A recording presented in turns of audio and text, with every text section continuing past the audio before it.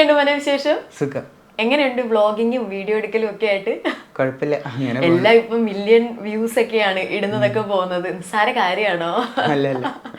Okay, ഭരതിനെ എപ്പോ കണ്ടാലും നമ്മള് റീലിനകത്ത് കാണുന്നത് എപ്പോഴും ഒരു കുറിയൊക്കെ കാണും, ഇങ്ങനെ ഭയങ്കര ഒരു പാവം പയ്യനായിട്ടിരിക്കും. ശരിക്കും അങ്ങനെ തന്നെ അച്ഛനോടുണ്ട് ഞാൻ ചോദിക്കും കേട്ടോ.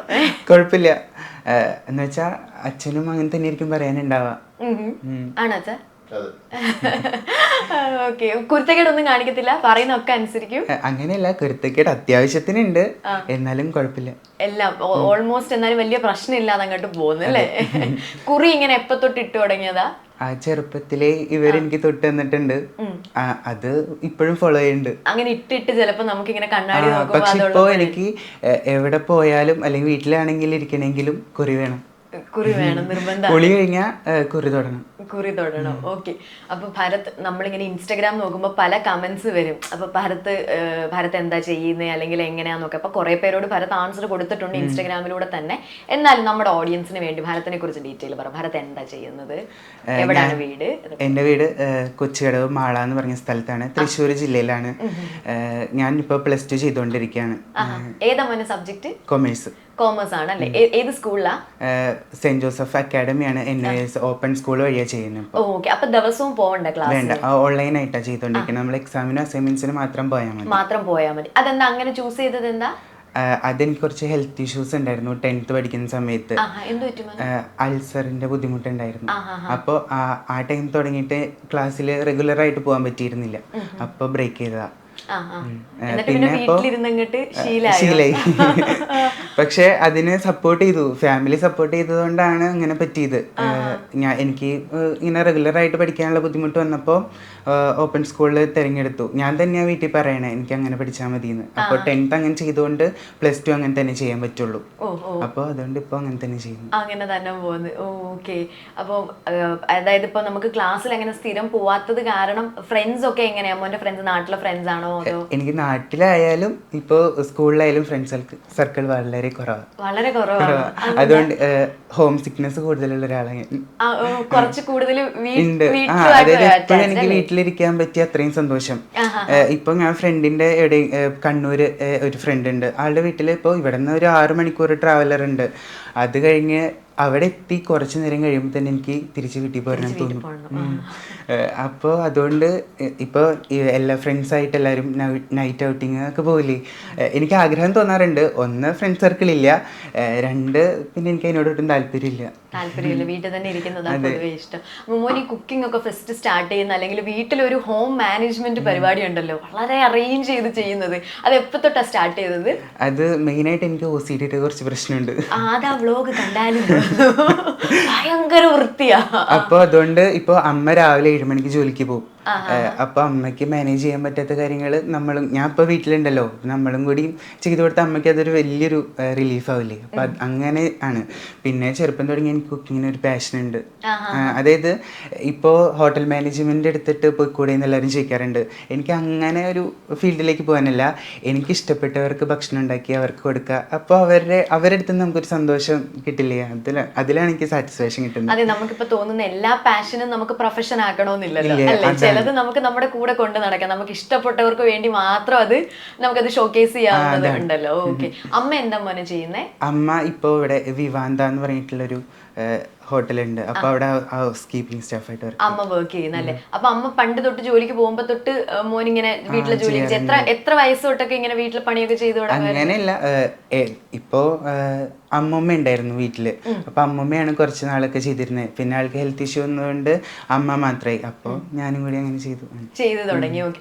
മിക്ക വ്ളോഗ്സിലും കമന്റ് വരും, അമ്മ എന്താ ചെയ്യുന്നത്. ഞാൻ ആ കമന്റ് പിൻ ചെയ്തിട്ടുണ്ട്, മോന് വിഷമാവില്ലേ ഞാനൊരു കാര്യം ചോദിച്ചിട്ട് ചോദിച്ചിട്ട്. പിന്നെ ആസ്ക് മീ ഇടില്ലേ, അപ്പൊ അതില് വരാറുണ്ട് അമ്മയില്ലേ എന്നൊക്കെ.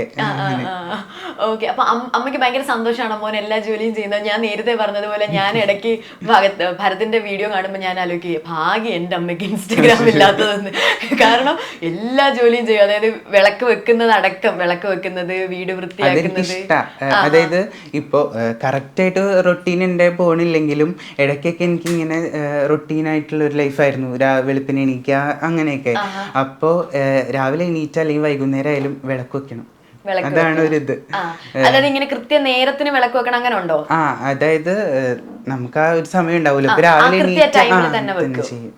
ഓ ഓക്കെ ഓക്കെ. അപ്പൊ ഈ എപ്പോ തൊട്ടാ നമുക്ക് ഒരു ഐഡിയ തോന്നി തുടങ്ങുന്നത് വ്ളോഗ് ഇട്ട് തുടങ്ങാം ഒരു പരിപാടി സ്റ്റാർട്ട്? ഞാൻ പറഞ്ഞില്ലേ, ഈറ്റിലം എന്ന് പറഞ്ഞ അക്കൗണ്ടിലാണ് ഞാൻ ഫസ്റ്റ് വരുന്നത്, കുക്കിംഗ് ആയിട്ട്. അപ്പൊ അതില് സ്റ്റോറി ഇടാൻ വേണ്ടിയിട്ടാണ് ഇപ്പോൾ ജേണി ഓഫ് ബർത്തിലുള്ള വീഡിയോസ് എടുത്തിരുന്നത്. അപ്പൊ സ്റ്റോറി ഇട്ട് കഴിഞ്ഞപ്പോൾ എല്ലാവരും പറഞ്ഞു ഇത് കൊള്ളാം, നിനക്ക് പോസ്റ്റ് ചെയ്തുകൂടെയെന്ന്. അങ്ങനെയാണ് ഞാൻ ജേണി ഓഫ് ബർത്ത് എന്ന് പറഞ്ഞൊരു അക്കൗണ്ടിലേക്ക് പോസ്റ്റ് ചെയ്യണേ. അപ്പോൾ അത് ക്ലിക്കായി, ജേണി ഓഫ് ബർത്ത്. അപ്പൊ അത് ക്ലിക്കായി. അപ്പൊ എനിക്ക് ഭയങ്കര ഇൻട്രസ്റ്റ് ആയി, എല്ലാവരും കാണണ്ടല്ലോ.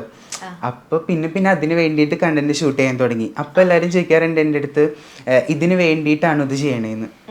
ഞാനിത് ചെയ്യണ സമയത്ത് ഫോൺ കൊണ്ടുവയ്ക്കും, ലൈറ്റ് കൊണ്ടുവയ്ക്കും ചെയ്യും, അങ്ങനെയാണ്. കണ്ടന്റിന് വേണ്ടിയിട്ടല്ല ചെയ്യുന്നത്. ഭാരത്തിന്റെ വീഡിയോസിന്റെ പ്രത്യേകത എന്ന് പറഞ്ഞാലേ ഷോർട്സ് ഒക്കെ ഭയങ്കര എന്താ പറയാ എസ്തെറ്റിക്, അല്ലെങ്കിൽ നമ്മൾ മറ്റേ ഗൃഹാതുരത്വം ഉണർത്തുന്ന ടൈപ്പ് ഷോർട്സ് ആണ് വെക്കുന്നത്, ഫ്രെയിം വെക്കുന്നത്. പിന്നെ അത് എഡിറ്റ് ചെയ്ത് മോൻ ഇടുന്ന പാട്ടുകള്, അതും ഇങ്ങനെ നമുക്കത് കണക്ട് ചെയ്യുന്ന പാട്ടുകളായിരിക്കും. അപ്പൊ ഇതെങ്ങനെ മോൻ തന്നെ ചെയ്യുന്നതാണോ അതോ ആരുടെങ്കിലും ഒക്കെ ഹെൽപ്പ് എടുക്കാറുണ്ടോ? ഇല്ല, തന്നെയാ ചെയ്യുന്നത്. എന്റെ ചോദിക്കാറുണ്ട് ഇപ്പൊ വീഡിയോ എടുക്കാൻ ആരെയും ഹെൽപ്പ് ചെയ്യാറുണ്ടോ എന്നൊക്കെ. അപ്പോൾ ഞാൻ അങ്ങനെ ആദ്യം എൻ്റെ ചേച്ചിയെ കൊണ്ടായിരുന്നു ഞാൻ വീഡിയോ എടുത്തിരുന്നത്. അപ്പോൾ എനിക്ക് അറിയില്ലായിരുന്നു എങ്ങനെ വീഡിയോ എടുക്കുക, എഡിറ്റ് ചെയ്യാന്നൊക്കെ. അതൊരു 2022 എന്തോ ആണ് വീഡിയോ എടുക്കാൻ. അപ്പോൾ വേറെ അക്കൗണ്ട്, എനിക്ക് കുറേ അക്കൗണ്ട് ഉണ്ടായിരുന്നു, പക്ഷെ അതിലൊന്നും ക്ലിക്കായില്ല. അപ്പം ഞാൻ എല്ലാം ഡിലീറ്റ് ചെയ്യും.